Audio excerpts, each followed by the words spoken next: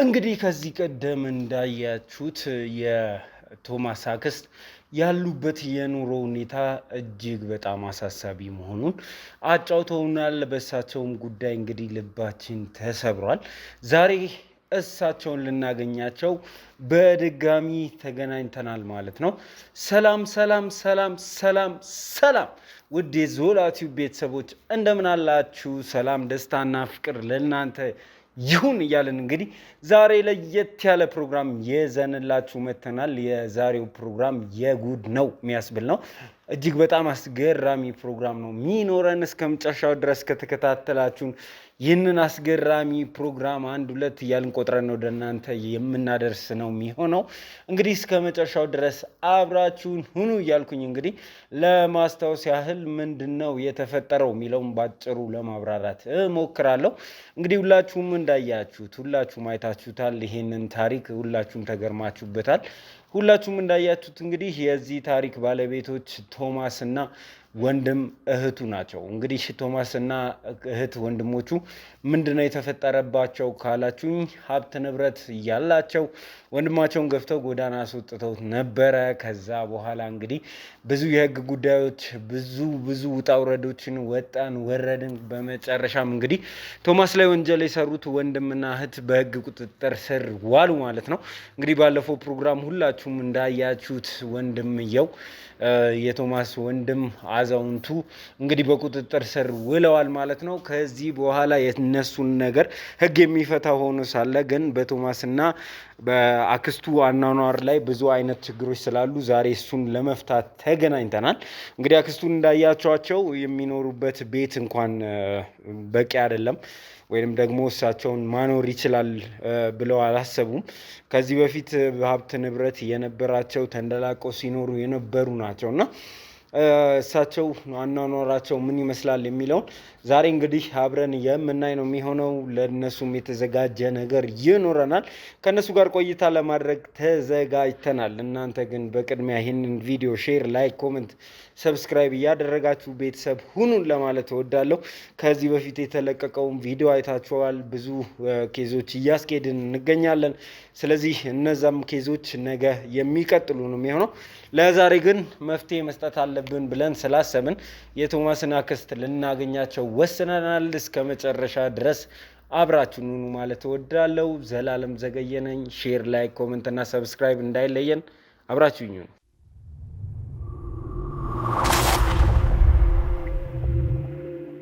እሺ እንግዲህ ተመልካቾቻችን ተመልሰን መጥተናል።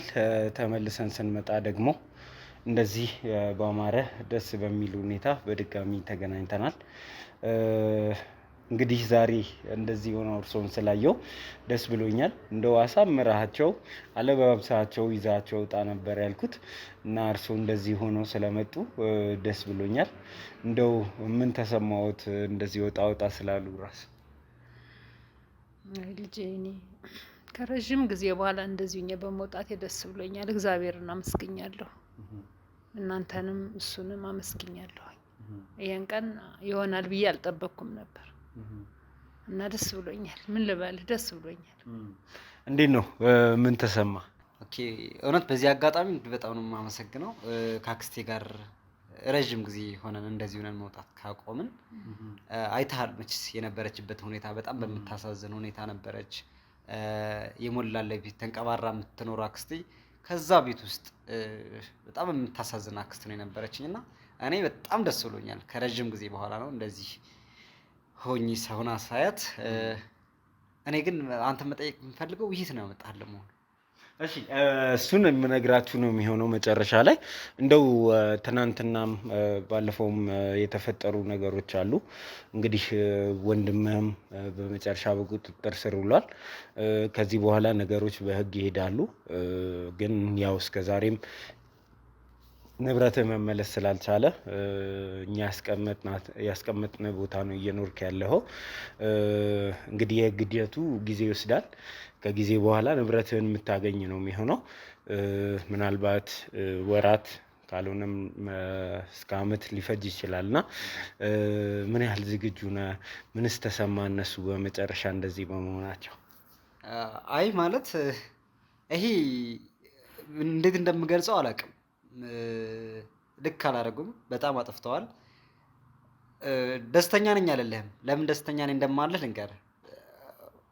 በእኔ ላይ በጣም ብዙ ነገር ቢያደርጉም ኢቭን እናቴን እስከ መግደል የደረሱ ወንጀለኞች ናቸው።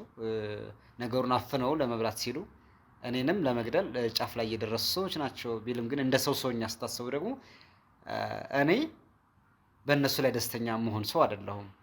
ግን በሰሩት ስራ ባጠፉት ጥፋት የእጃቸውን ማግኘት ስላለባቸው በቃ ተቀጥተው መውጣት አለባቸው የሚል እሳቤ ያለኝ እንጂ እኔ አሁን በዚህ ጉዳይ ላይ ደስተኛ ነኝ ማለት አልፈልግም። ግን ምንድነው መሰለህ አሁን እኔ ዋናው ከነሱ የተሻልኩ ሰው መሆን አለብኝ ብዬ አስባለሁ። እነሱ እስር ቤት ባሉበት ወቅት ቤተሰቡን የመምራት ኃላፊነት አለብኝ።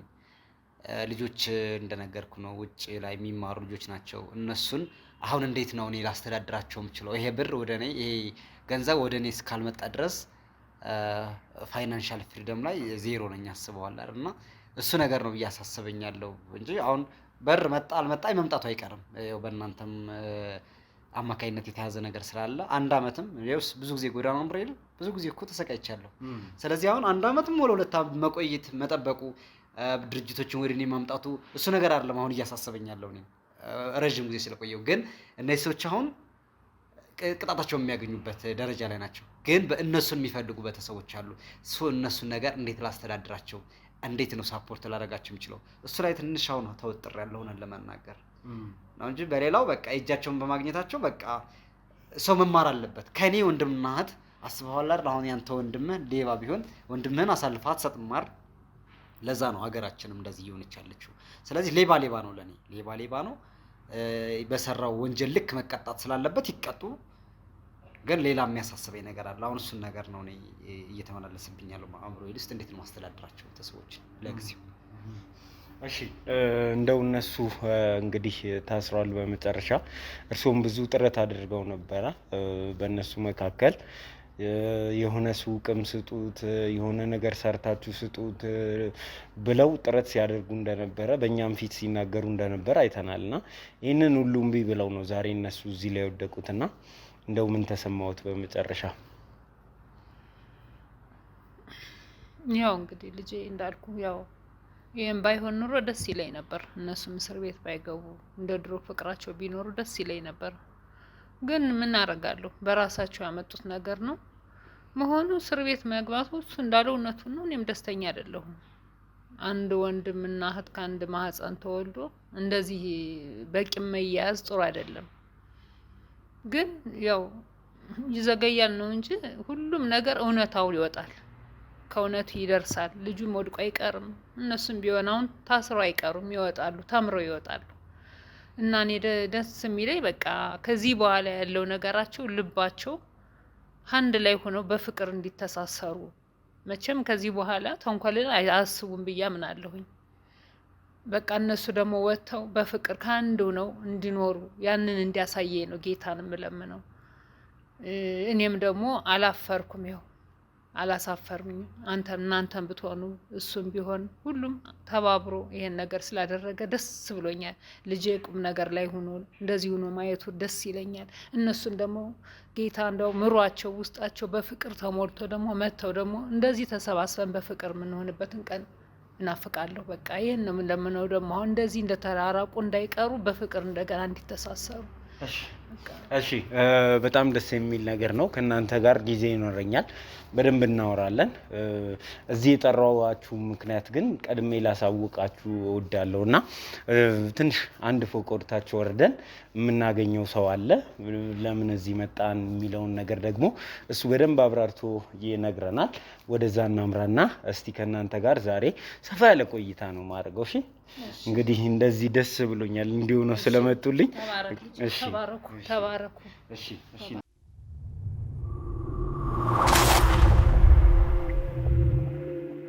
እሺ እንግዲህ ተመልካቾቻችን ተመልሰን መጥተናል። ወርደን ልናገኝ አስበን ነበር፣ እንደው አንተ ራስህ እዚህ ድረስ መጣለና እንግዲህ በጣም ብዙ ጥያቄ ሲጠይቁኝ ነበር።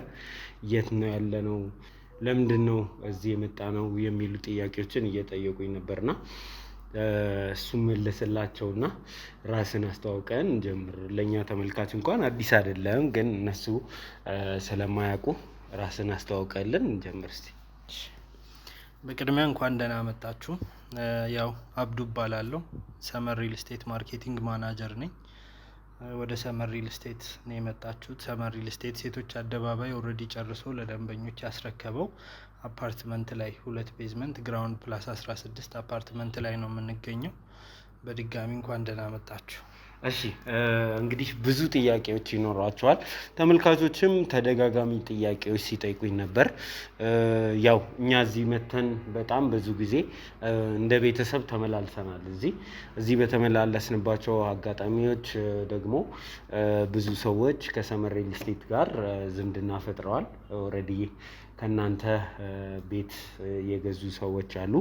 እነሱን ጨምሮ እጅግ በጣም ብዙ ሰዎች ምን ላይ ደረሰ የኛ ጉዳይ፣ እንዴት ነው እንዳልከው ነው ወይ እየሄደ ነው ወይ የሚል ጥያቄ እያነሱልኝ ስለነበር ዛሬ እዚህ መምጣታችን ግዳጅ ነበር።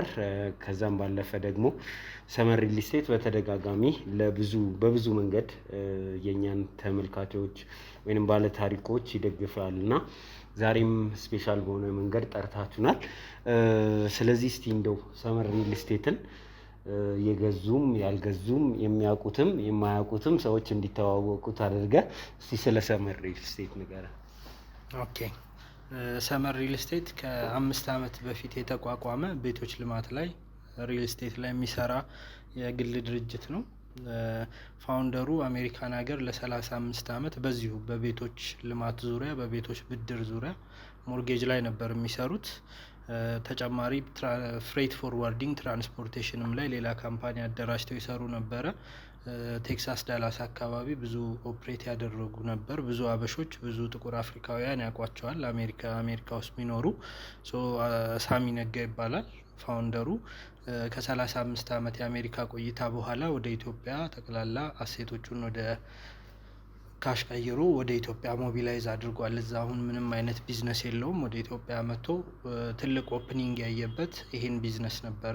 ያው ዲያስፖራው ኮሚዩኒቲ ምን ያህል ለቤቶች ፍላጎት እንዳለው እና ምን ያህል ደግሞ ትረስት ወርዚ የሆነ ቃሉን የሚጠብቅ ጥሩ አድርጎ በጥሩ ኳሊቲ የሚሰራ ዴቨሎፐር አገሪቷ ላይ ብዙም አለመኖሩን በመረዳት ነው እንደ ትልቅ ኦፖርቹኒቲ አይቶ ወደ ኢትዮጵያ የመጣው። በዛ መሰረት ከ5 ዓመት በፊት ድርጅቱን አቋቁሞ እንቅስቃሴዎች ጀምሯል። እንቅስቃሴዎች ከጀመረ በኋላ መሬቶችን ፈልጎ አዘጋጅቶ ወደ ግንባታ መግባቱ፣ ፐርሚቶችን ላይሰንሶችን ማዘጋጀት የተወሰነ የፈጀ ዲዩሬሽን ነበር። ይሄ የመጀመሪያ ፕሮጀክት ከ3 ዓመት በፊት የተጀመረ የሰመር ሪል ስቴት ወደ 47 ደንበኞች እዚህ ቢልዲንግ ላይ አፓርትመንት አላቸው። አብዛኞቹ አሜሪካ ነዋሪዎች ናቸው፣ ዲያስፖራዎች ናቸው። ይህም ፕሮጀክት በ3 ዓመት ውስጥ በፉል ፊኒሽድ ጨርሶ አስረክቧል። እነዚህን ነገሮች ነው ሲሰራ የቆየው።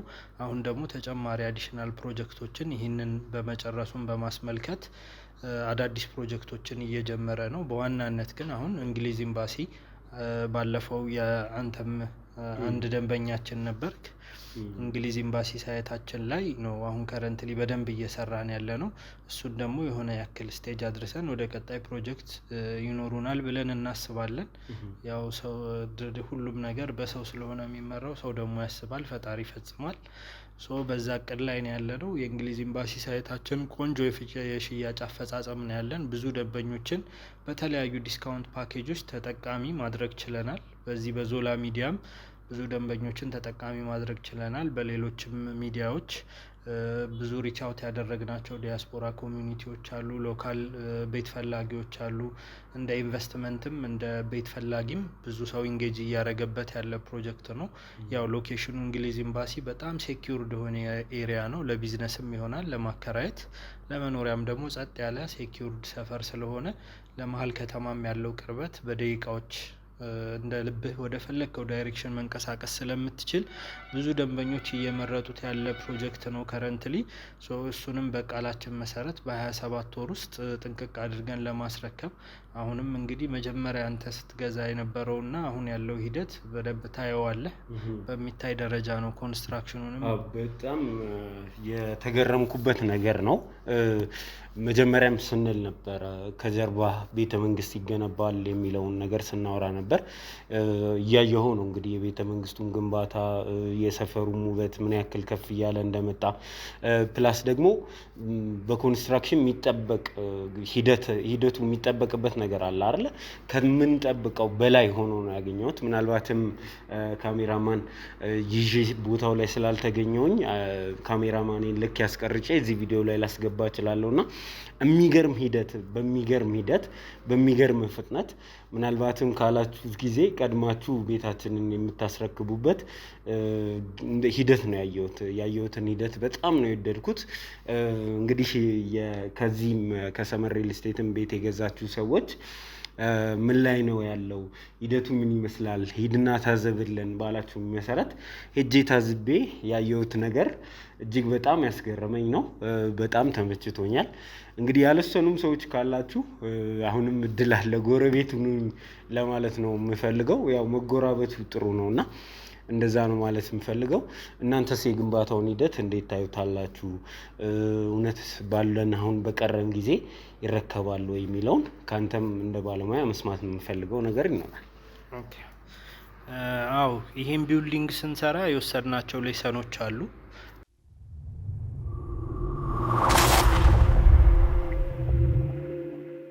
ፕሮጀክቱን በጣም በቅርብ ክትትል በማድረግ የታሰበለትን ጊዜ ጠብቆ እንዲጨርስ ማድረግ ዋናው አካሄድ አፕሮች ብለን ያዘጋጀነው እሱን ነው። ለዛ 2 ሜተዶችን የተጠቀምነው አንደኛው የራሳችን የሰመር አካል የሆነ ኮንስትራክሽን ቲም አደራጅተናል። ትልልቅ ፕሮጀክቶችን የመሩ ትልልቅ በጣም ብዙ 1000 ቤቶችን በሱፐርቪዥንም በዲዛይንም የመሩ ትልልቅ ባለሙያዎችን ቀጥረናል በሰመር ስር። እነሱ ናቸው ዴይ ቱ ዴይ ያለውን የግንባታ ሂደት የሚከታተሉት።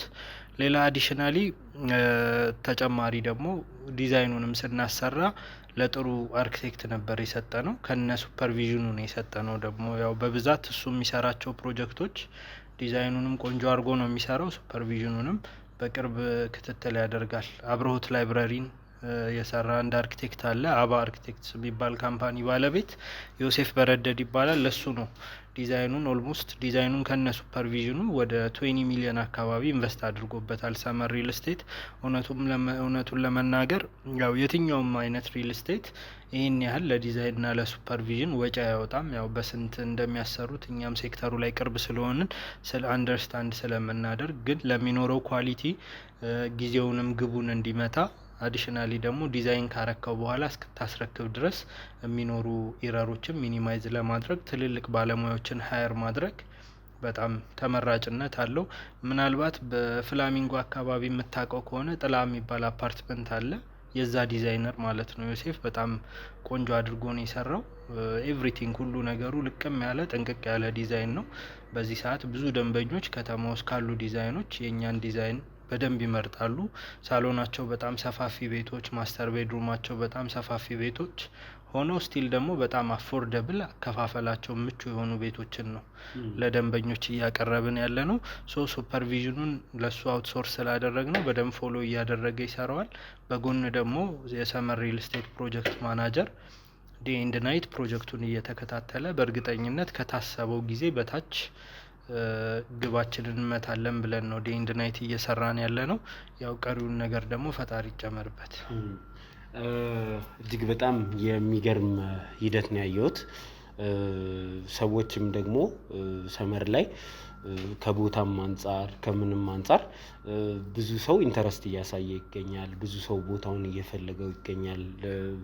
ቦታው ከምንም በላይ አዋጭነት አለው የሚለው ነገር ሁላችንም የሚያስማማ ነገር ነው ብዬ አስባለሁ። እዛ አካባቢ ተዘዋውሬ ለማየት ሞክሬ ነበር። ቤቶች በምን ያህል ነው የሚከራዩት የሚለውን ነገር ለማጣራት ሞክሬያለሁ። ኤሪያው ያው እንደሚታወቀው ዲፕሎማቶች ምናምን የሚገኙበት ነው እና በውጭ ምንዛሪ ቤታቸውን ማከራየት ለሚፈልጉ ሰዎች የሚገርም አማራጭ ነው። ይህንን ግን አይታችሁት ነው ወይ እናንተ የገባችሁበት የሚለውን እንድታወራኝ ፈልጌ ነው። አዎ በጣም አሪፍ ጥያቄ ነው። አዎ በደንብ አሰስመንት ሰርተናል። የሎኬሽኑ አድቫንቴጅ ያው ሎኬሽን ሲባል አሁን ያለው ቫሊዩ አለ፣ አዲሽናሊ ደግሞ ፊውቸር ቫሊዩ አለ። አሁን ያለው ቫሊዩ በጣም ጥሩ ነው የኤሪያው። እሱን ጥሩ ካደረጉት ዋነኛ ምክንያቶች መሀል 16 ኤምባሲዎች አካባቢ እዛ ኤሪያ ላይ መገኘታቸው ነው። በተለምዶ ኤሪያው ኤምባሲ ሮው ነው የሚባለው። አካባቢውን ጥሩ ያደርገዋል። አሁን ያለውን ከረንት ቫሊዩ የወደፊቱን ደግሞ ታሳቢ ስታደርግ ያው በየጊዜው ከተማ አስተዳደሩ አርባን ፕላኑን ሞዲፋይ እያደረገ በዚህ 5 አመት በዚህ 2 አመት ምን ልስራ እያለ ከሚያስቀምጣቸው ግቦች መሀል ትልቁን በጀት የተያዘለት ፕሮጀክት የአዲሱ ቤተ መንግስት የጫካና የጫካ ፕሮጀክት ነው። ከዛ ጋር የሚኖር ትስስር አለ። ከአዲስ አበባ ጋር በመሰረተ ልማት ይገናኛል። ብዙ ግሪን ኤሪያዎች ይሰራሉ፣ ብዙ ፓርኮች ይኖራሉ። በጣም ብዙ በርካታ የከተማው ኦልሞስት ማይልስቶን የሚባሉ ኮንስትራክሽኖች ወደዛ ወደ የካ ተራራ አካባቢ ነው በጣም ሴንትራላይዝ የሚያደርጉት። አካባቢውን ደግሞ ሄደ የማየት እድሉ ገጥሞ ከነበረ ለምን ይሄን ቦታ ፕሪፈር አደረጉት የሚለውን ወደ ጫካ ፕሮጀክት ወደ መግቢያው በር ብትሄድ አዲስ አበባን በደንብ ማየት ኮንትሮል ማድረግ የምትችልበት ሲቹዌሽን ይፈጥራል። ከዛም በበለጠ ደግሞ የሚሰጠውም ደስታ አለ። እንደዚህ ከላይ ሆነ ቀን ስትሯሯጥበት የምትውለውን ከተማ እንደ ትንሽ ከተማ ከላይ ሆነ ሙሉን ማየት ትችላለህ እና መንግስትም ፕሪፈር ያደረገው ለዛ ይመስለኛል። ውበትም አለው፣ ፊሊንግም አለው። ኮንትሮል የምታደርገው አይነት ስሜት ይሰጣል እና ወደዛ ኤሪያ ላይ በጣም በርካታ ኢንቨስትመንቶች ይኖራሉ። ኢቭን የውጭ ኢንቨስተሮች ሪል ስቴት አልሚዎች ወደዛ ኤሪያ ቦታዎችን እንደያዙ ነው የነበረን መረጃ እና ለዛ ነው ያን ቦታ ታርጌት ያደረግነው። ዴሊበሬትሊ ነው ያደረግነው። ያው ሜንሊ ደግሞ ውጭ ያለው ዲያስፖራ የትኞቹን ሎኬሽኖች ፕሪፈር ያደርጋል የሚለውን ደግሞ ያው በቅርበትም ፋውንደሩ ረጅም አመትም ስለኖረ ሰርክሩም ላይ በጣም ብዙ በርካታ ዲያስፖራዎች ስላሉ ያን ነገር አንደርስታንድ ማድረግ ችለናል። እኛም ፕሮፌሽናሊ በነበሩ መረጃዎች እንግሊዝ ኤምባሲ ኤሪያ ላይ በፊት ያው ከኤምባሲው ሴኩሪቲ ጋር ተያይዞ የግንባታ ፍቃዶችን ማግኘት ምናምን አስቸጋሪ ነበር ከአመታት በፊት። እዛ አካባቢ ብዙ አፓርትመንቶች የሉም፣ ግን በጣም ከፍተኛ ዲማንድ አለ። ታፍኖ የቆየ ለረጅም አመት።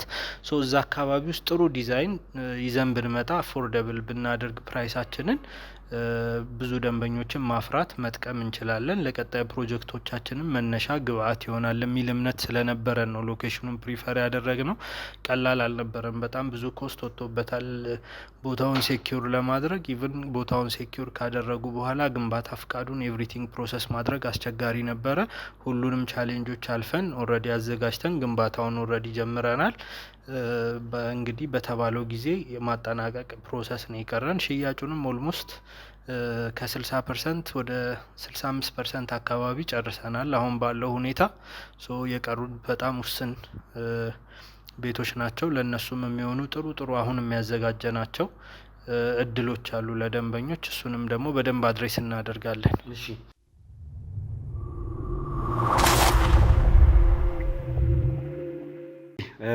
ያው እንግዲህ እኔ የሰመር ሪል ስቴት ቤተሰብ ሆኛለሁ እንደሚታወቀው።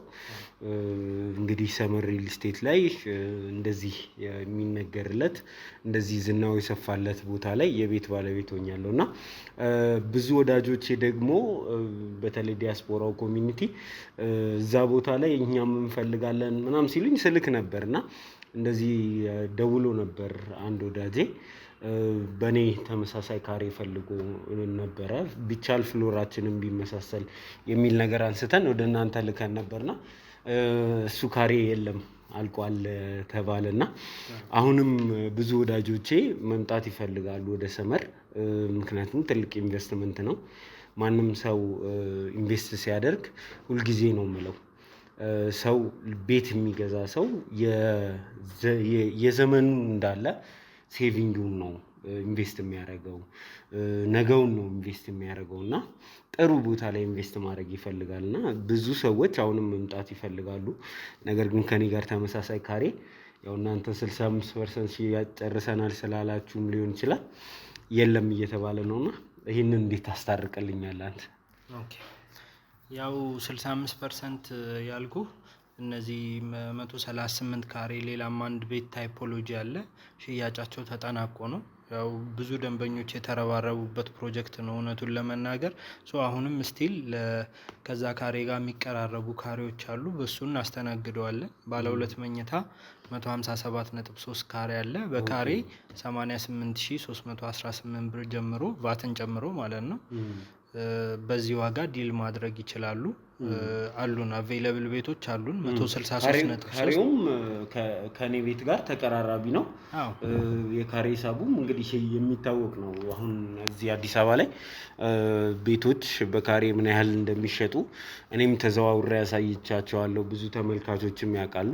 የእናንተ ፕራይስ አፎርደብል ነው ከቦታው አንጻርም እንትን ስንል፣ እስቲ ስለ ፕራይስ እና ስላሏችሁ አማራጭ ሰፋ አድርገህ ግለጽልን።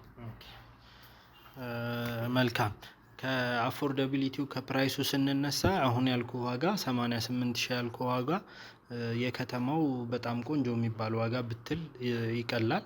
ከሎኬሽን ዋይዝ ግን ስታየው በጣም ሊስት ፕራይስ ነው ማለት ትችላለህ። ኦልሞስት እንግሊዝ ኤምባሲ ማለት በቦሌ በብስራተ ገብርኤል ሬት ራሱ የምታሰላው ኤሪያ ነው። እነዚህ ኤሪያዎች ላይ ሪል ስቴቱ ምን ላይ እንደደረሰ ይታወቃል። ፊውቸሪቲውን ስታስብ ደግሞ ብዙም ግርግር የሌለበት ለመኖሪያም ለኢንቨስትመንትም አመቺ የሆነ በጣም አይዲያል ሎኬሽን ነው። ከጀርባ በኩል ከፕሮጀክቱ ጀርባ የካ ተራራም አለ። ፎረስቱ ላይም ያሉት ከግሪን ኤሪያው የሚነሱት ንፋሶች በጣም አሪፍ ናቸው። ነፋሻማ የምትለው አየር ነው እዛ አካባቢ በመሆን የምታገኘው። እንዳልኩ ሴኪዩሪቲውም አለ። ፕላስ ደግሞ ቪውም ደግሞ የከተማው ከፍታ ቦታ ነው እንዳልኩ ቅድም ነግሬሃለሁ። ይሄንን ሎኬሽን ብዙ ባለሀብቶች ሎካል ባለሀብቶች ፕሪፈር የሚያደርጉት በነፋሻማነቱና በከፍታው ምክንያት ነው። አዲስ አበባ እንደ ልብ ማየት ትችላለህ ማለት ነው። አፓርትመንት ስትገዛ ምን ጊዜም እነዚህ ነገሮች መሰረታዊ ናቸው። ጥሩ አየር ካለው ኤሪያው ላይ ቪው ካለው አፓርትመንቱ ላይ ያሉ አሜኒቲዎች ደግሞ ቆንጆ ቆንጆ ከሆኑ ቫልዩ ያላቸው ከሆኑ ነገ ስታከራየውም ስትሸጠውም ዋጋ የሚያወጡልህ አይነት ከሆኑ በጣም ጥሩ ያደርገዋል ማለት ነው። ኢንቨስትመንትን በጣም ዋይዝ እና ፐርፌክት ያደርገዋል። በዛ መሰረት አሉን ሌሎች ተጨማሪ 157 163 ካሬ የምንላቸው 2 ቤድሩም ታይፖች አሉ። እነዚህ ቤቶች ከአንተ ከገዛኸው ቤት ለየት የሚያደርጋቸው ምንድን ነው? አዲሽናል የሰራተኛ መኝታ ያላቸው ቤቶች ናቸው። ፕላስ ደግሞ የማስተር ቤድሩም ሳይዛቸውም በጣም ከፍ ያለ ነው፣ ሂውጅ ነው። አሁን ለምሳሌ 163ቱ ወደ 29 ካሬ አካባቢ ነው ማስተር ቤድሩሙ። 29 ካሬ እንግዲህ የብዙ ሪል ስቴቶች ሳሎን እንደዛ ራሱ አይደርስም። ማስተር ቤድሩሙ እንደዛ ነው። የልጆች መኝታ 16 ካሬ ነው። ሳሎኑም ደግሞ በጣም ሰፊ ነው፣ ወደ 38 39 ካሬ ነው። ኪችኖችም ክሎዝድ የሆኑ ኪችኖች በደንብ ቬንቲሌሽን ናቹራል ላይት ያላቸው ኪችኖች አሉት። በጣም ፐርፌክት የሆነ ቤት ነው። የሚፈልግ ሰው ደግሞ ይህንን 29 ካሬ ያልኩን ማስተር ቤድሩም ጠበብ አድርጎ ሶስተኛ ቤድሩም አድ አድርጎበት ቆንጆ 3 ቤድሩም ማድረግ ይችላል ማለት ነው፣ ወደ ስታንዳርድ 3 ቤድሩም። እነዚህ ሁለቱ 157.3 163 በካሬ 88 ሺህ ብር ከረንተሊ አሉን ስቶኮች ለደንበኞች በደንብ አድሬስ ማድረግ እንችላለን እሱን። ሌላ ተጨማሪ ደግሞ በ3 ቤድሩም ታይፕ 187.6 እና 211 ካሬ ደግሞ የቢልዲንጉ በጣም ቆንጆ የሚባል ብዙ ደንበኞች ሌግዠሪ ቤት ነው ይሄ ነው በቃ እኛ እንዲዘርቭ የምናደርገው ብለው በጣም ብዙ ደንበኞች የሚወዱት 211.5 ካሬ ወደ ማውንቴኑ ወደ የካ ተራራ የዞረ ሙሉ ለሙሉ ግሪን የሆነ ነገርን የምታይበት በጣም ምርጥ ቤት አለ። ይሄ ሳሎኑ ወደ 61 ካሬ አካባቢ ነው። ማስተር ቤድሩሙ ወደ 28 ካሬ አካባቢ ነው። ሌሎቹም መኝታ ቤቶች ሰፋፊ ናቸው። አዲሽናሊ ይሄ ቤት ሰፊ የሰራተኛ መኝታ አለው። 15 ካሬ ኪችን አለው። በጣም ምርጥ ቆንጆ ቤት ነው። ይህንንም ቤት ደንበኞች ማግኘት ይችላሉ በካሬ 88 ሺህ ብር። አዲሽናሊ ደግሞ በኋላም የምንሰጠው ለዚህ ሚዲያ የሚሆን የምንሰጠው ዲስካውንት ያዘጋጀ ነው ይኖራል። እንደ አጋጣሚ አሁን ነው ከሚቲንግ የወጣሁት ከቦርድ ሚቲንግ እንደምትመጣ ስሰማ ዞላ ይመጣል። ኦልሬዲ ቤትም የገዛ ደንበኛችን ነው። በዚህ ለደንበኞችም አድሬስ በማድረግ መልኩ ብዙ ነገር ላይ እንተጋገዛለን ስላቸው ኦልሞስት በ5% ኦፍ ለእናንተ ያደረግነው ዲስካውንት አለ ማለት ነው። እሱን ተጠቃሚ እናደርጋቸዋለን፣ እናወራለን። እንግዲህ የብዙዎቻችሁ ጥያቄ የተመለሰ ይመስለኛል። ስለ ቤት ጉዳይ ሳወራ ጥያቄዎች አላችሁ እና ጥያቄያችሁን ይዤ ነው እነዚህን ተቋማት እያገኘው ያለሁት። ሰመር ደግሞ የኔ ተመራጭ ቦታ ነው። ሁላችሁም እንደምታውቁት ያው የተመላለስንበት እንደ ቤተሰብ ያህል የምናውቀው ሪል ስቴት ነው። ስራውንም በቅርበት እየተከታተልን ነው የምንገኘው። ይህን ሁሉ ሰዓት ግን እነሱን ቁጭ አድርገን እንግዲህ ለምንድነው እዚህ የመጣ ነው የሚል ሀሳብ እንደሚኖራችሁ አውቃለሁ።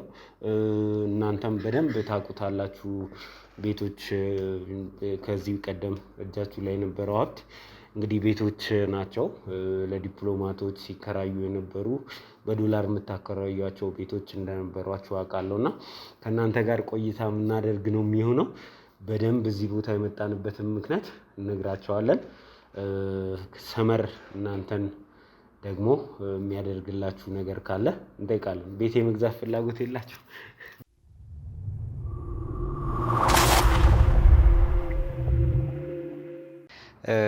እሺ እንዴት ያው ሰው አይደለ ሰው ቤት የመግዛት ፕላን ይኖረዋል መቼም አይደል?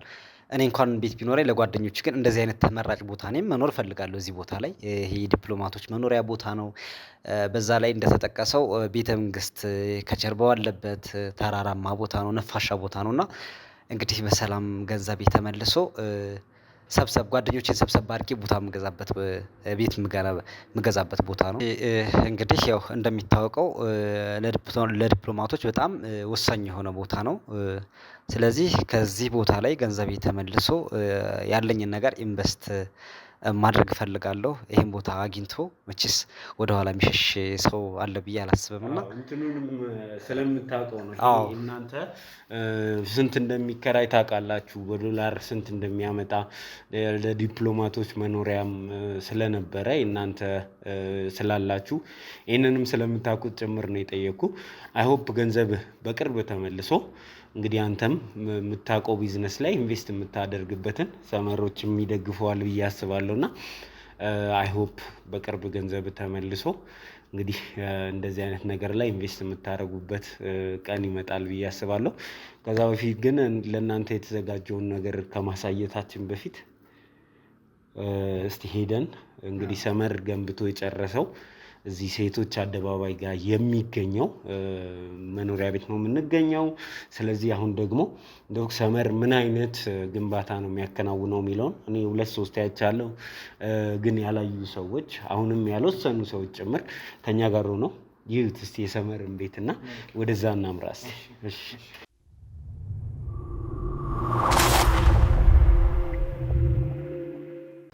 አሁን የምናየው ሴቶች አደባባይ የጨረስነው ቢልዲንግ ላይ 211 ካሬ 3 ቤድሩም ታይፕ ኦልሞስት ተጨማሪ 3 ባዝሩሞችን የያዘ ቆንጆ የምንለው አይነት ቤት ነው። ወደ ውስጥ እንግባና በደንብ አሳያችኋለሁ። በጣም ምርጥ ቤት ነው። በቆንጆ ፊኒሽንግ ማቴሪያል ነው የተሰራው። ፍክት ያለ ቤት ነው። ናቹራል ላይቱም ቬንቲሌሽኑም ቪውም ኤክስክሉሲቭ ነው። ፊኒሽንጋችንም ኤቭሪቲንግ ሲሊንጉም ወለሉም ሁሉ ነገር በፐርፌክትሊ ነው ያለቀው እና አዲሱ ቢልዲንግ ላይ በሴሚ ፊኒሽድ ነው የምናስረክበው። እዚህኛው ላይ በፉል ፊኒሽ ጨርሰን ያስረከብናቸው ቤቶች መሀል አንዱ የአንድ ደንበኛችንን ቤት ነው እያስጎበኘው ያለሁት። በጣም ምርጥ የሚባል ቆንጆ የሚባል ቤት ነው። ደስ የሚል ነገር አለው እና እስቲ አንተ የበለጠ እየተዘዋወርን ብናየው ጥሩ ነው አይደል? እየተዘዋወርን ያው በጣም ነው የሚያምረው። እንደዚህ አይነት ነገር አይችም አላቅም። ለመጀመሪያ ጊዜ ነው። እዛ ላይ እያያቸው ነው ከተማዎችን፣ አረንጓዴ ቦታዎችን የምታያቸው አንግል በጣም ደስ የሚል ቦታ ነው የተገነባው። ስለዚህ እኔ በጣም ደስ ብሎኛል ማለት ይሄን በማየት ይራሱ። እሺ እስቲ ተዘዋውረን።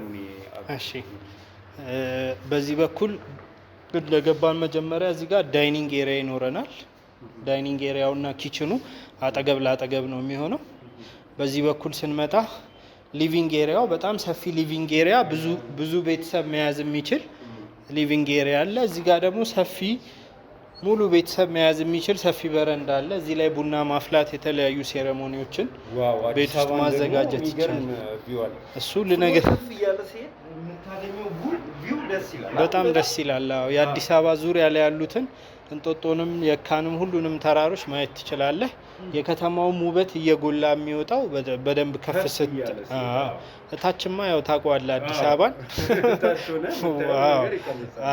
ወደ ላይ ስትሆን ግን ውበቱ እየጨመረ ይሄዳል።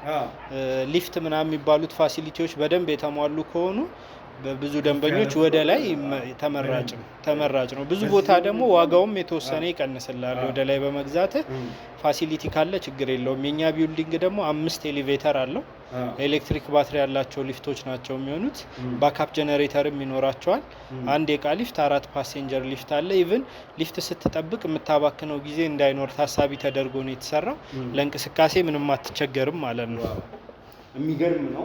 በጣም ወድጀዋለሁ። ቪውንም ወድጀዋለሁ። ስፋቱ በጣም የሚገርም ነው የሚሆነው። ዋና ማስተር ቤድሩም እና ሊቪንግ ሩም እኛ ጋር ፕሪንሲፕል ነው። ሰፋ ያለ ለቀቅ ያለ ዲዛይን ነው የምንጠቀመው። ይሄ ማስተር ቤድሩሙ ነው። ኦልሞስት ከሳሎኑ እኩል ነው ሳይዙ። ባዝሩሙንና ድሬሲንጉን ጨምሮ የያዘው ቦታ ከሳሎኑ እኩል የሚሆን ቦታ ነው። በዚህ በኩል ደግሞ ዋናው መኝታ ማስተር ቤድሩሙን ማየት ትችላለህ። በጣም ሰፊ ነው። በጣም ትልቅ ኪንግ ሳይዝ ቤድ መያዝ ይችላል። በተጨማሪ ሌሎች ተጨማሪ ሶፋዎችን እና ጠረጴዛ መያዝ ይችላል። ሻይ ቡና የምትልበት በጣም እዚህም አየር የምትወስድበት መጽሐፍ የምታነብበት በጣም ሰፊ በረንዳ ያካተተ ነው። ማስተር ቤድሩሙም ላይ ሳሎኑም ላይ ሌሎችም ክፍሎች ላይ በረንዳዎች አሉ ማለት ነው። እንደምታየው በጣም ቆንጆ። አሁን አዲሱ ፕሮጀክታችን ፊት ለፊት የምታየው የካ ተራራ ላይ ነው። የካ ተራራ ስለዚህ ምንም አዲስ አበባ ምንም አትቀርም። አሁን ያለነው ሴቶች አደባባይ ካሳንቺስ ነው። ኒርቱ የከተማው መሀል የሚባል ኤሪያ ነው። ያ ግን የከተማው መጨረሻ ላይ ኖርዝ ሳይድ ላይ ትሆንና ወደ ሳውዝ ሙሉ ከተማውን ካንተ ዝቅ ብሎ ነው የምታየው። እንደ ባህር ተንጣሎ ነው የምታየው። በማታ ያለው እይታ በጣም ቆንጆ ነው።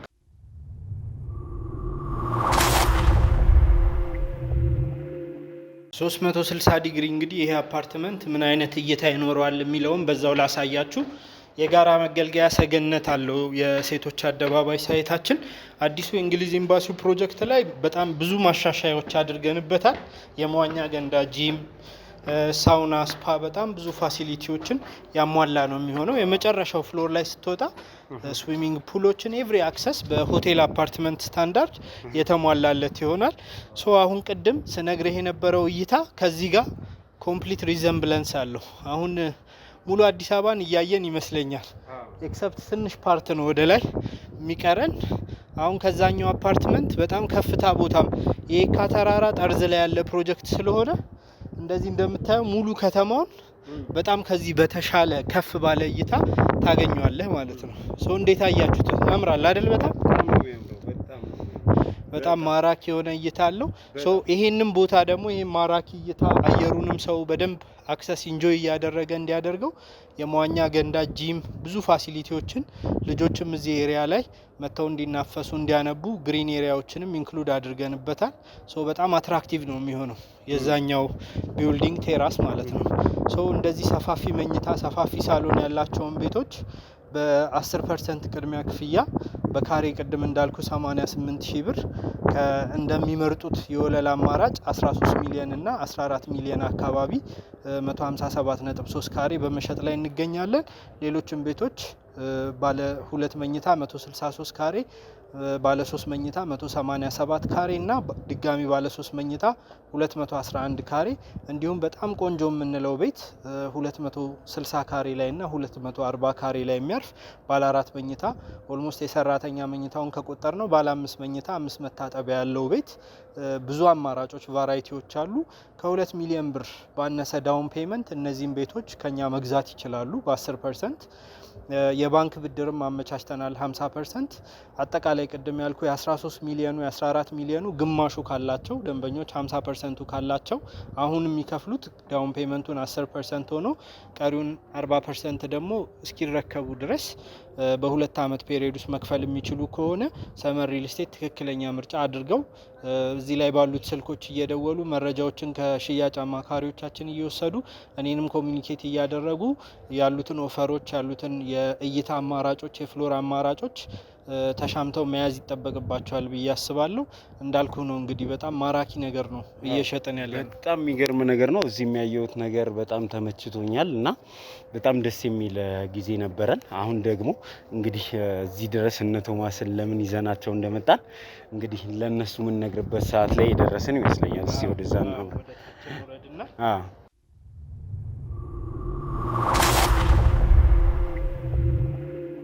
እሺ ያው እኛም ስንከታተል ነበር የነ ቶማስንም ጉዳይ ባለፈው ነው እናንተ ዲስከስ ባደረግነው መሰረት ሰመር ሪል ስቴት ለነሱ ያሰበው ነገር አለ። ውስጥ ገብተን እናወራለን። ቤቱንም እንየው በደንብ። እሺ ገብተን የምናይ ነው የሚሆነው። እናንተን እንግዲህ እስከዚህ ሰዓት ድረስ አስለፋችሁ ነበረ። ቶሚ እንግዲህ ዋው ይሄ ቤት በጣም ነው የሚያምረው። ሴም ቲንግ እያየው ነው። አንዳንድ እቃዎች ቅድም እኛ ያየንበት ቤት ጋር ተመሳሳይ እቃዎች ያሉት ቤት ነው እና በጣም ነው የሚያምረው። ዋው ዋው! ይሄ ባለ ስንት ነው? ይሄ ባለ 2 መኝታ 157 ካሬ ነው። ቤት የአንድ የቅርብ ወዳጃችን ኦልሞስት የመጀመሪያ የሚባሉ ደንበኞቻችን መሀል የአንደኛው ደንበኛችን ቤት ነው። ኦልሬዲ እሱ አሜሪካን ሀገር ስለሚኖር ሊስት አድርጎት ነበር እዚሁ ሰመር ሪል ስቴት እንዲያከራይለት ዋጋም አውጥቶለት ነበረ። እኛ ያሰብናቸው ነገሮች አለ። ሰርፕራይዙን ወደ በኋላ እንመጣበታለን። ግን የዚህም ቤት ኪራይ ዋጋ እስኪ አንተ ገምት ስንት የሚሆን ይመስላል? እኔ በጣም እንግዲህ አላቅም የቤት ኪራይ በዚህ ስታንዳርድ ያሉ ቤቶች ላይ ተከራይቼ ኖሬ አላቅም። ግን እኔ እንጃ ከቦታም ከምንም አንጻር እስቲ አንተ ንገረን እንጂ ከኔ ይከብዳል። እዚህ አፓርትመንት ላይ ያየሃቸው አብዛኞቹ ቤቶች ትንሹ ካሬ ከ130 ሺህ ብር በታች የሚከራይ ቤት የለም። ይሄ ቤት አሁን $1500 ነው ሊስት የተደረገው። ሚኒመም ግን እንደው እንትን ጀነሬሲቲም ተጨምሮበት እስከ 150 ሺህ ብር ብታከራዩት የሚል ነበር ደንበኛችን የሰጠን እንትን ዳይሬክሽን። ሶ በዛ በ150 ሺህ ብር የሚከራይ ቤት ነው።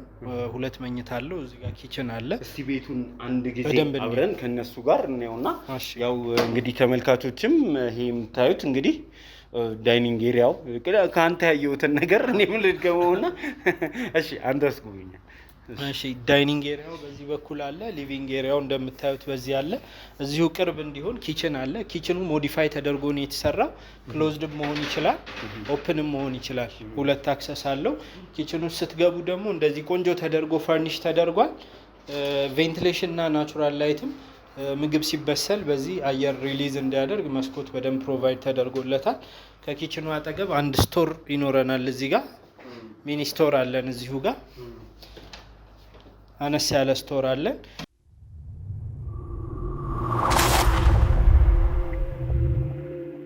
እዚህ ጋር የልጆች መኝታ ይኖረናል። እንደምታየው ሰፋ ያለ የልጆች መኝታ ነው። ደብል ቤድም መያዝ ይችላል። ብርሃንም አየርም በደንብ ያገኛል።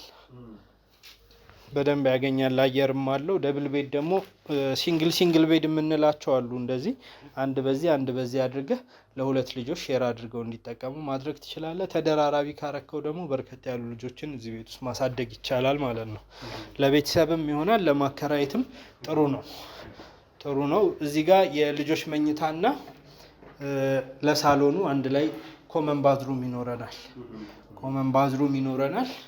እንደምታዩት ሻወር ቦክስም ውስጥ ላይ ያለው መቀመጫ አለው። እዚህ ጋር ደግሞ መታጠቢያ ይኖረናል ማለት ነው።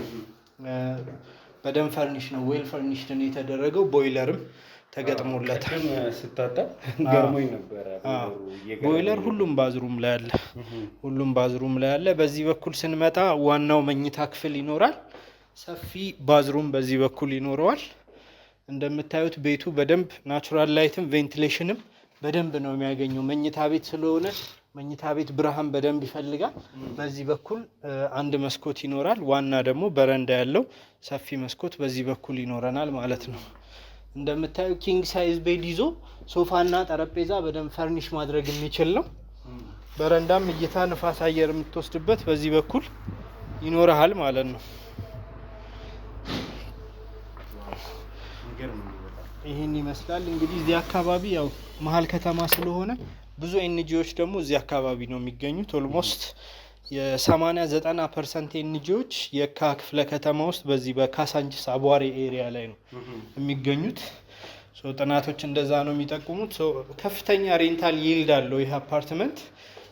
ኢዝሊ ታከራየዋለህ። የተወሰነ ዋጋው ሚኒማይዝ አድርገህ ቅድም እንዳልኩ እስከ 150 ሺህ ብር እቃ እንደዚህ ጣል ካደረክበት ፐርመንዝ ማግኘት ትችላለህ ማለት ነው። አዲሱ ፕሮጀክታችን ላይ ደግሞ ሞር ከዚህም ሎኬሽን የተሻለ ሬንታል ይልድ አለው ብለን እናስባለን። እዚህ ወደዚህ ሲንገው አረፍ ቁጭ እንበልና ከነሱ ጋርም እናወራ።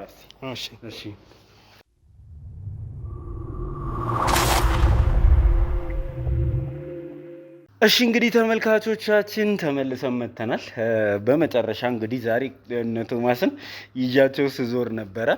እንደው ማዘርም በጣም ጠንካራ ነው። እኔ በዚህ ልክ ከኛ ጋር ይዞራሉ ብዬ አላሰብኩም ነበር። እንደው ዛሬ ለምን እንዳመጣዋችሁ እዚህ ቦታ የምትገምቱት ነገር አለ? አይ እኔ ጋር ምንም የሚገመት ነገር የለም። ያው እንግዲህ አንተ ጋር መቼስ የሚጠፋ ነገር የለም አይደል? ብዙ ነገር እያረክልኝ መጥተሃል። ከአንተ ጋር ያው ብዙ የምንጠብቃቸው ነገሮች አሉ፣ ሳይጠበቁ ግን የሚጠበቁ ነገሮች። እንግዲህ ከዛ መሀል አንዱ ከሆነ እኔ አላውቅም እንጂ ምን ልጠብቅ እችላለሁ። እሺ ማዘርስ እንደው እስካሁን ድምፆትንም አልሰማም። እኔ ምንም አልገመትኩም። ብቻ ግን እያየሁት ስመጣ ቤቱ ሁላ በጣም ነው ውስጤን ሁሉ ያረሳረሰው። እውነት ይሄ በሽታ የሚያስለቅቅ ቤት ነው እና እዚህ ቤት ለሚኖር ሰው የታደለ ነው የምለው። እኔም ራሱ የድሮ ትዝታዬን ነው ያመጣችሁት። እንደው ደስ ነው የሚል ገነት ነው እውነት እውነት። እኔ በጣም ነው ደስ የሚል አይምሮን የሚያድስ ቤት ነው። እሺ ባያችሁት ነገር ይሄንን ያህል ከረካችሁ፣ ይሄ ነገር ዛሬ እንግዲህ እናንተን ይዤ ልምጣ እንጂ ከኔ አይደለም ከሰመር ሪል ስቴት ነው። እንደ ሰመር ሪል ስቴት ተወካይነት እስቲ እንግዲህ አንተ ንገረን። እሺ መልካም። ያው ሁኔታውን እኛም የእናንተ ሚዲያ ስለምንከታተል ያለፉበትን ፓዝ ሁሉን ነገር ስናይ ነበረ። ከማኔጅመንት ከቦርድ ጋር ተነጋግረን ለእነሱ ያሰብነው አንድ ነገር አለ። ምንድነው እሱም ወደ ቀድሞ ሁኔታ እስኪመለሱ ድረስ ገንዘባቸው ወደ እጃቸው እስኪገባ ነገሮች ስሙዝ እስኪሆኑላቸው ድረስ እኛ ያሰብነው ጊዜ አለ። 6 ወር ነበር መጀመሪያ ላይ ስናስብ የነበረው፣ ግን ቦርዱን ማሳመን ችለን እስከ 1 አመት ድረስ የዚህም ቤት ለደንበኛችን የቤት ኪራዩን ቅድም ያልኩን 150 ሺህ ብሩን የአመት አስቀንሰን ከፍለን እዚህ ቤት ላይ ከነቃው እንዲያርፉበት እድሉን አመቻችተናል ማለት ነው። እግዚአብሔር ይስጣችሁ፣ ተባረኩ ተባረኩ። እግዚአብሔር ይስጣችሁ፣ ተባረኩ ተባረኩ። እሰይ እንደው ምንም አልገመትኩትም። ተባረኩ። በጸሎት እናግዛችኋለን። ተባረኩ ተባረኩ። ያው እንግዲህ መውጣት መውረድ ያለ ነው በሰው ህይወት ላይ። ያንን ፔሪድ እስክታልፉ ድረስ እዚህ አረፍ ብላችሁ እንግዲህ ለ1 አመት ያህል ወደ ቀድሞው ነገር እናንተ ወደ ነበራችሁበት መመለሳችሁ ነው። ለሰመር ሪል ስቴት ይሄ ብዙም ማለት አይደለም፣ ለእናንተ ግን ትልቅ ድጋፍ ይመስለኛል። እንግዲህ እስካሁን ድረስ በየቤርጉ ሳንገላታ ነበረ። ከዚህ በኋላ እንግዲህ እዚህ ቤት ለ1 አመት ያህል አርፋችሁ ጉዳይ እስኪያልቅልህ ድረስ ጉዳያችሁ እስኪያልቅ ወደ ንብረታችሁ እስክትመለሱ እዚህ መሆን ትችላላችሁ። እንግዲህ እንዳያችሁት ፉሊ ፈርኒሽድ ነው። ይሄንን ነው ለእናንተ ላበረክት እንግዲህ ዛሬ እኔ ይሄን ማመን አልችልም። እዚህ አይነት ቤት እውነት አይቼም አልቀረው እንድኖራላችሁ ድርሻ ይሄን ነገር በአጽንኦት ዞላም እንግዲህ የምናከብረው ወንድማችን ነው፣ ደንበኛችንም ነው። በዛ ላይ ሰመር ቤተሰብ ነው። በሱ በኩል የመጣ ነገር ምንም መልሰን አናቅም። እነዚህ ሰዎች የሆነ ነገር ብናደርግላቸው የሚለውን ሀሳብ ሲያቀርብ ወደ እኔም ተሯሩጬበታለሁ። ትንሽ ጊዜ እንዲያውም መልስ ሳልሰጠው ትንሽ ተጉላልታችኋል። ያው እንግዲህ አሁን የምትካሱበት ጊዜ ነው። እዚህ ቤት ሆናችሁ ደግሞ በደንብ ጸሎት ማድረግና ወደ ነበራችሁበት ለመመለስ ጥረት ማድረግ ነው። እንግዲህ ሰመር ሪል ስቴት ኦልሬዲ ከ2 ሚሊዮን ብር በላይ ነው የሚመጣው የ1 አመት ክፍያው። ይህንን ነው የሸፈነላችሁ። እንግዲህ ወደ ህይወታችሁ ወደ ኑሯችሁ እግዚአብሔር ይክፈላችሁ ብድራችሁን ብያለሁ። ተባረኩልኝ። እዚህ ደርሳለሁ ብዬም አልነበር። እውነት እንደሰማችሁት ህይወታችን እሱም እንደዛው ሆኖ ይቀራልኝ። እኔም በዛች ቤት የድሮ ህይወቴን እያስታወሱ እንዳልኩ ሞታለሁ ብዬ ነበር። ይሄን አይቻለሁ። ዛሬ ብሞት ምንም አይቆጨኝም። ተባረኩ፣ እውነት ተባረኩ። እሺ እኔ ግን እዚህ በላይ ማለት እፈልጋለሁ። እውነት በዚህ ሰዓት እንደዚህ አይነት ሰው አለ ብዬ አስቤም ገምቼም አላውቀው ነበር። አሁን የተሻለ ቦታ ነበረኝ ከበፊት። መሀል ላይ ራሴን ጎዳና ላይ አግኝቻለሁ። ረጅም ጊዜ ጎዳና ላይ በቤተሰብ ግፊት ወድቄ ነበር። ይሄን ነገር ሳይ ደግሞ ሰው አለ ወይ በዚህ ዘመን? ያው እነዚህ እድን አለ በእርግጥ እነሱን አግኝቻለሁ። ከዛ በኋላ ደግሞ የድሮ ትዝታዬን የድሮ ትውስታዬን እንዳመጣ ስላደረጋችሁኝ አመሰግናለሁ በዚህ አጋጣሚ። ከዛ ሲቀጥል ሰመር ሪል ስቴትን ከብዙ ጓደኞች ጋር ከብዙ የስራ ባልደረቦች ጋር ተመልሰን የኛም ሀብት ተመልሶ ገንዘባችን ተመልሶልን እጃችን ውስጥ ገብቶ የእናንተ ቤተሰብ አባል ባልደረባ ሆነን የተሻለውን ነገር እንደምናደርግ ተስፋ አደርጋለሁ። በዚህ አጋጣሚ ሰመር ሪል ስቴትን እጅግ አድርጊ በጣም በእኔና በነዞላ ሚዲያ አማካኝነት ላመሰግናችሁ እወዳለሁ። ፈጣሪ ያክብር። እንደው ምን እንደምለው እንደው እሱም ራሱ ከዚች ቤት ገዝቶ እንዲቀመጥ ነው ምለምነው ጌታ።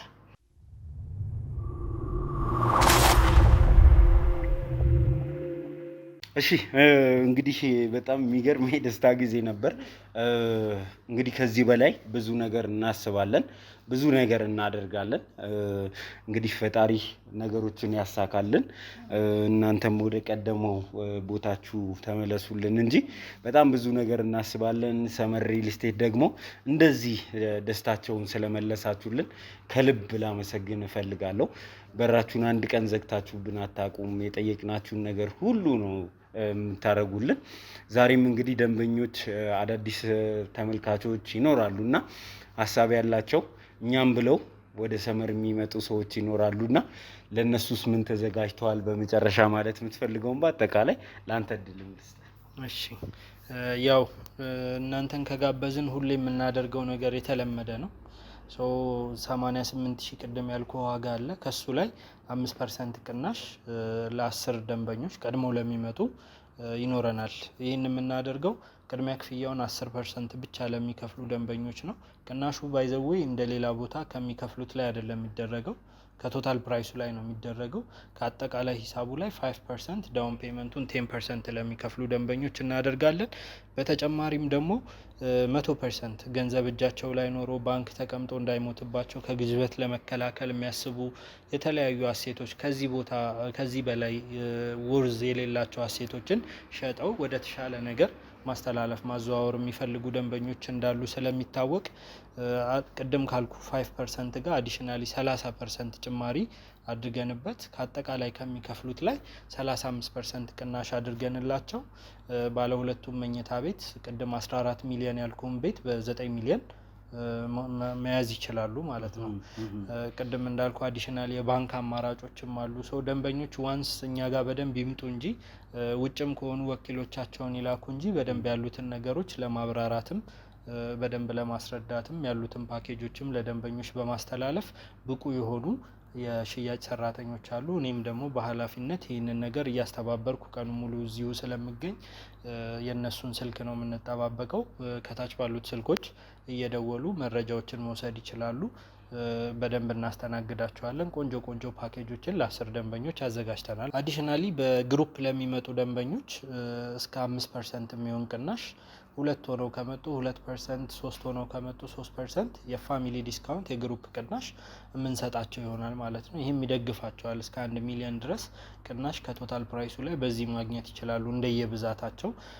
ትንሽ ከሆኑ 2 ከሆኑ ደግሞ 200,000 300,000 ብር ከቶታል ፕራይሱ ላይ ተቀናሽ አይጠፋውም። ሰው በጋራ መምጣት ጥሩ ነው፣ ቶሎ መምጣትም ጥሩ ነው። እነዚህ ነገሮች አሟልተው ከመጡ ቆንጆ ቆንጆ ቅናሾችን ፓኬጆችን እንሰጣቸዋለን። ለዞላ ሚዲያ ለዞላ ቤተሰብ ብለን ያዘጋጀናቸው ዲስካውንቶች እንደተለመደው ይኖሩናል አሁንም ማለት ነው። እሺ እንግዲህ ተመልካቾቻችን ይሄ የዛሬው ፕሮግራም እጅግ በጣም ለየት ያለ ነው። እዚሁ ጥያችሁ ነው ሄደው በነገራችን ላይ ሻንጣችሁን እንዲያመጡ ነው አደርገው። ኑሯችሁም ከዚህ በኋላ እዚህ የተሟላ ቤት ውስጥ ይሆናል። እንግዲህ አስተማማኝ ጥበቃ አለው። ከታች ጀምሮ አይታችኋል ሴኩሪቲውን እንዴት እንደሆነ። አስተማማኝ ጥበቃ አለው። አስተማማኝ ቦታ ላይ ነው ያለው። የኛም ልጆች ያግዟቸዋል። እንግዲህ ከእናንተ ጋር እስከ ዛሬ ድረስ የነበረንን ቆይታ እንቀጥላለን ከተመልካች ጋር። ግን ዛሬ እንግዲህ እሺ ትሰናበታላችሁ። እናመሰግናለን በጣም እግዚአብሔር ይስጥልን፣ እግዚአብሔር ያክብርልን ማለት እንወዳለን። እስከ መጨረሻው ድረስ ስለተከታተላችሁን እናንተንም ከልብ አመሰግናለሁ ማለት እፈልጋለሁ። ባይ ባይ፣ ቻው።